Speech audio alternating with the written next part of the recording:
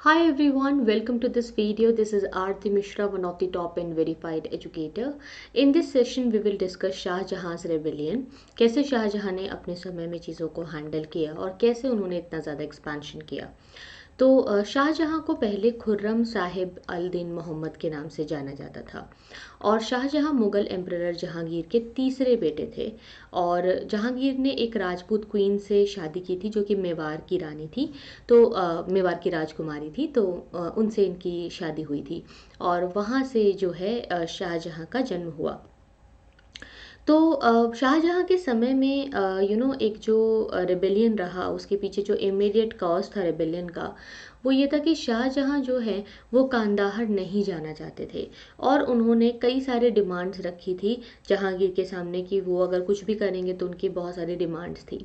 तो शाहजहाँ की डिमांड्स की वजह से जहांगीर को बहुत ज़्यादा नाराज़गी हुई, जहांगीर को काफ़ी गुस्सा आता था और इसके लिए जहांगीर ने काफ़ी सारे स्टेप्स लिए जिसकी वजह से सिचुएशंस और ख़राब हो गई और एक तरीके से दोनों के बीच में एक आप कह सकते हो कि जो होती है ना एक मिसअंडरस्टैंडिंग्स वो शुरू हो गई। एक बैटल भी हुई जिसमें कि दिल्ली के पास बैटल हुई थी। शाहजहां ने वहाँ पर महाबात खान की जो फोर्सेस थे उनको हरा दिया था और शाहजहाँ जो है इसमें जीत गए थे। उन्होंने अपने आप को काफ़ी अच्छे से इस्टेब्लिश किया और उन्होंने एक तरीके से मेवाड़ के ऊपर भी स्टैंड लिया और मेवाड़ के ऊपर भी उन्होंने जीत हासिल की। शाहजहाँ का जो रिबेलियन था उसके वजह से कंदाहर जहांगीर के हाथ से निकल गया और जो डेक्कनी थे, डेक्कन सुल्तान थे, उन्होंने भी अपना कई सारा एरिया जो है दोबारा से रिकवर कर लिया। जो भी पार्ट साउथ इंडिया में यानी कि डेक्कन इंडिया में जो भी पार्ट मुगलों ने अपने अंतर्गत जीते थे, जो भी मुगलों को मिला था, वो सारा अकबर के समय का सारा पार्ट, वो सारी की सारी चीज़ें वापस उनके हाथ से निकल गई। वो सब खत्म हो गया और ये एक बहुत बड़ा लॉस था। अब क्या हुआ कि महाबत खान जो थे वो इस चीज़ में बहुत ही एक लीडिंग रोल निभाते हैं। उन्होंने शाहजहाँ का जो रेबेलियन है और जो कि राजपूतों के बीच में उनकी सारी बातें जो हुई है उसको बहुत हद तक उन्होंने संभाला। तो महाबात खान जो हैं ये एक डील करवा रहे थे शाहजहाँ के रेबेलियन को, जो कि एक came with a trusted body of Rajputs और उन्होंने जो है एम्परर के इलाके को सीज भी किया था। एंड एक मोमेंट आ गया था जब रॉयल कैंप जो है वो बहुत हद तक वीक हो गया था। उन्होंने झीलम नदी को क्रॉस किया था on its way to Kabul. लेकिन नूर जहाँ ने जो है महाबत खान को हरा दिया और ये बहुत बड़ी विक्ट्री थी नूर जहाँ की कि उन्होंने एक आप कह सकते हो कि देशद्रोही को हरा दिया और हटा दिया, क्योंकि महाबत खान जो है अंदर ही अंदर खोखला कर रहा था मुगल एम्पायर को। इसके बाद जहांगीर ने आखिरी सांस ली और जो है लाहौर से दूर नहीं, लाहौर के आसपास ही उनकी मृत्यु हुई। जहांगीर की मृत्यु के बाद, उनकी डेथ के बाद, ठीक है, after his death Asaf Khan थे जिनको कि अपॉइंट किया गया था एज द वकील बाय जहांगीर। तो असफ खान जो है ना उन्होंने अपने लिए बहुत ही अच्छे से ग्राउंड अपने सक्सेशन का, अपने सन इन लॉ के सक्सेशन का प्रिपेयर किया।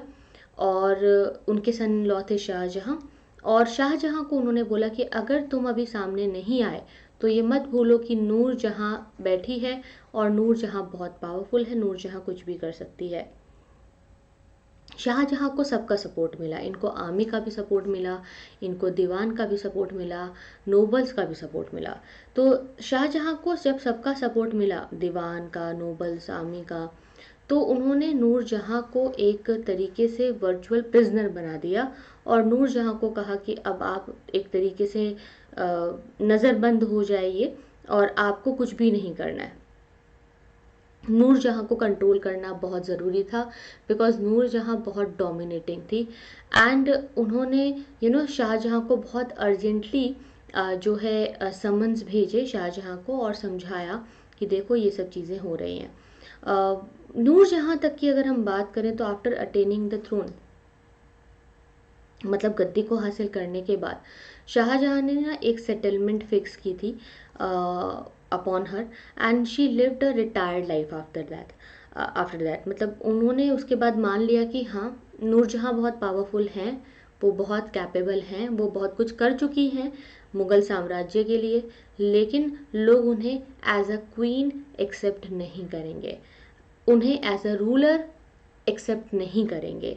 और उसके बाद नूरजहाँ चुपचाप रिटायर हो गई और till her death after 18 years, और उनको लाहौर में ही दफनाया गया। ठीक है, लाहौर में ही उनको दफनाया गया। तो इस तरीके से चीज़ें रही। तो शाहजहाँ का फिर राइज शुरू हुआ। तो जो शाहजहाँ का समय काल है वो एक बहुत लंबा समय काल है। तो आप देख सकते हैं 1628 से 58 के बीच में इन्होंने रूल किया। तो लगभग 30 साल का ये समय रहा और ये बहुत लंबा समय है। और बहुत सारे एक्टिविटीज़ इन्होंने किए, जैसे कि इन्होंने जो डेक्कन पॉलिसी अपनाई थी वो इनकी सबसे अच्छी थी। हमने लास्ट वीडियो में पहले ही डिस्कस कर लिया है कि इससे साउथ इंडिया में शाहजहाँ ने अहमदनगर, बीजापुर, गोलकोंडा, बिदार, बिरार सारे इलाके को कैप्चर किया, सबके साथ ट्रीटी साइन की, सबके साथ संधि की और सबके साथ समझौता किया। सबसे अच्छी बात है कि इनकी जो फॉरेन पॉलिसी थी ना, वो बहुत ही बड़ी वाटरमार्क बनती है अंडर शाहजहाँ, क्योंकि शाहजहाँ अपने समय से काफ़ी आगे के बारे में सोच रहे थे।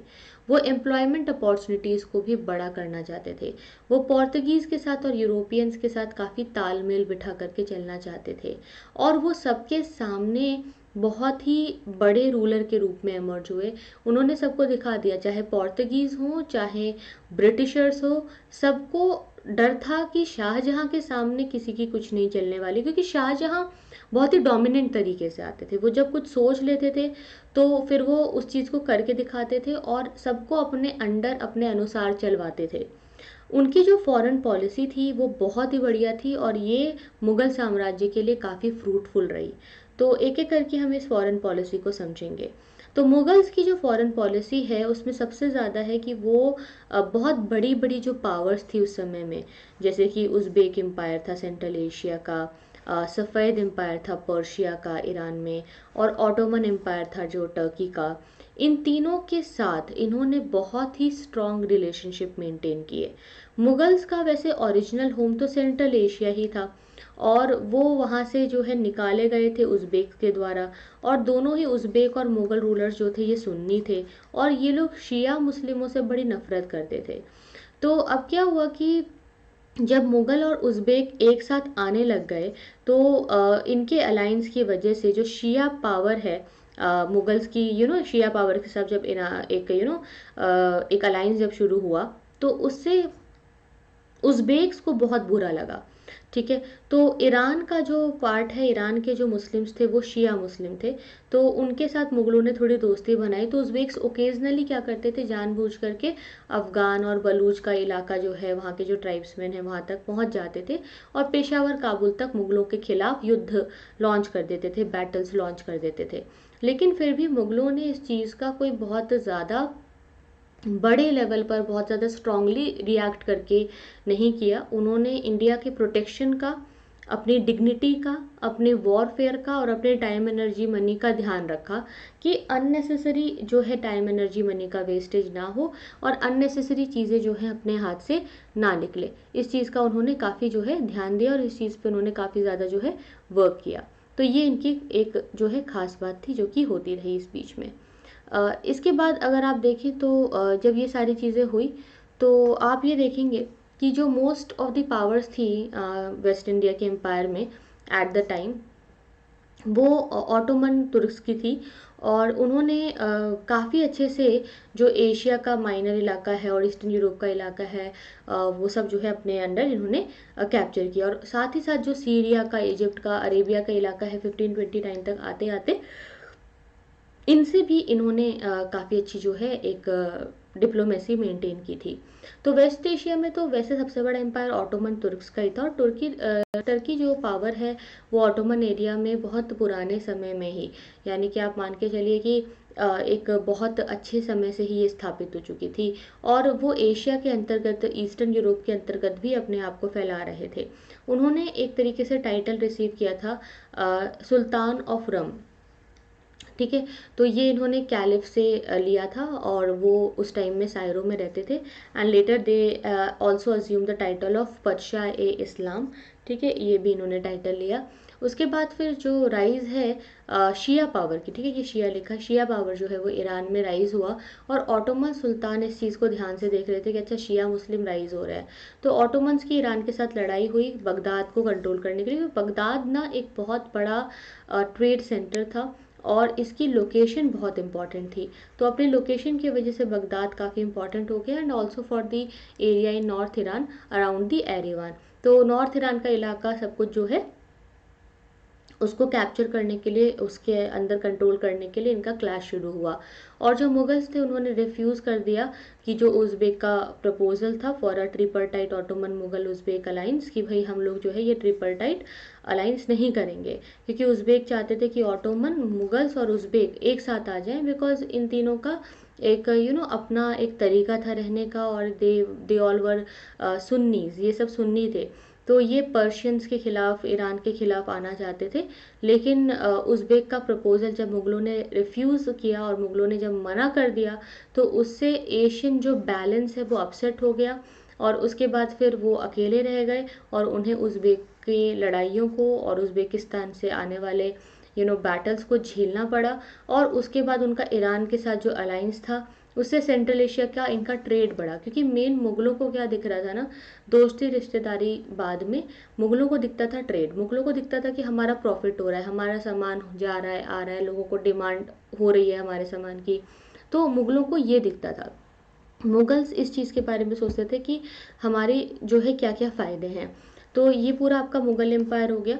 ठीक है, और यहाँ पे आप देख सकते हैं सफ़ाविद एम्पायर, ये आपका ऑटोमन एम्पायर है यहाँ पर। ठीक है, तो इस तरीके से चीज़ें चल रही थी। आप देख सकते हो ये आपका ऑटोमन एम्पायर है। ठीक है, तो इस तरीके से चीज़ें चल रही थी। ओके, तो बहुत दूर दूर तक मतलब मुगलों ने अपने आप को स्थापित किया हुआ था और ये सारी बातें थी। ठीक है, अब जो अगला हमारा लेसन रहेगा उसमें हम देखेंगे कि कैसे फिर चीज़ों को दोबारा नॉर्मलाइज किया गया अकबर के अंदर। और अकबर एंड द उज़्बेक्स, इन दोनों के बारे में हम जानेंगे इन द नेक्स्ट वीडियो। तो जैसा कि आप देख ही रहे हैं कि हम सतीश चंद्र की बुक को कवर कर रहे हैं और हमने एक बहुत बड़े पार्ट तक इसको कवर कर लिया है। और अभी हम देखेंगे कि कैसे ये जो मुगल एम्पायर है इसकी जो पावर है वो बढ़ती चली जाएगी और बहुत बड़े लेवल पर ये जाएगी। साथ ही गाइस मैं आपको बता दूं कि आप टॉप 10 का रेफरल कोड यूज़ कर सकते हैं to get Unacademy plus subscription. और आपको मैं एक और चीज़ बताना चाहूँगी कि हम लोग बहुत ही जल्द स्पेशल क्लास की free crash course series launch कर रहे हैं।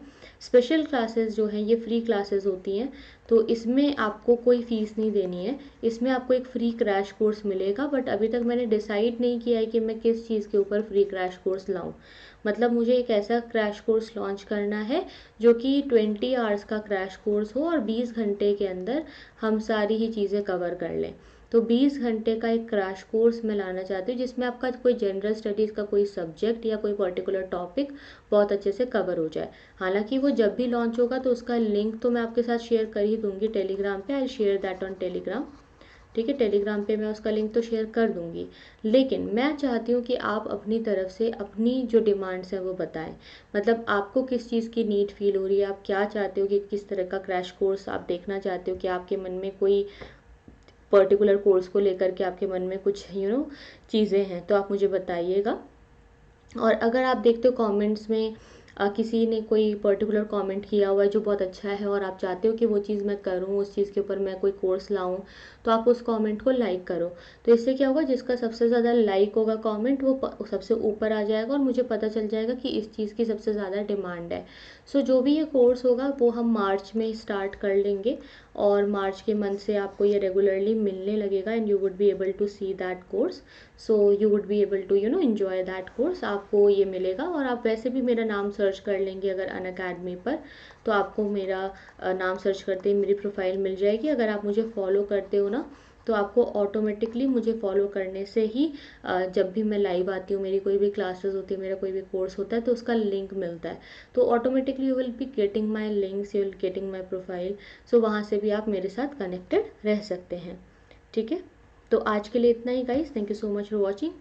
ये हमारा जो 15th लेसन है India in the first half of 17th century से हम आगे भी कंटिन्यू करेंगे। आज के लिए इतना ही। Thank you so much for watching. See you then, take care, bye bye.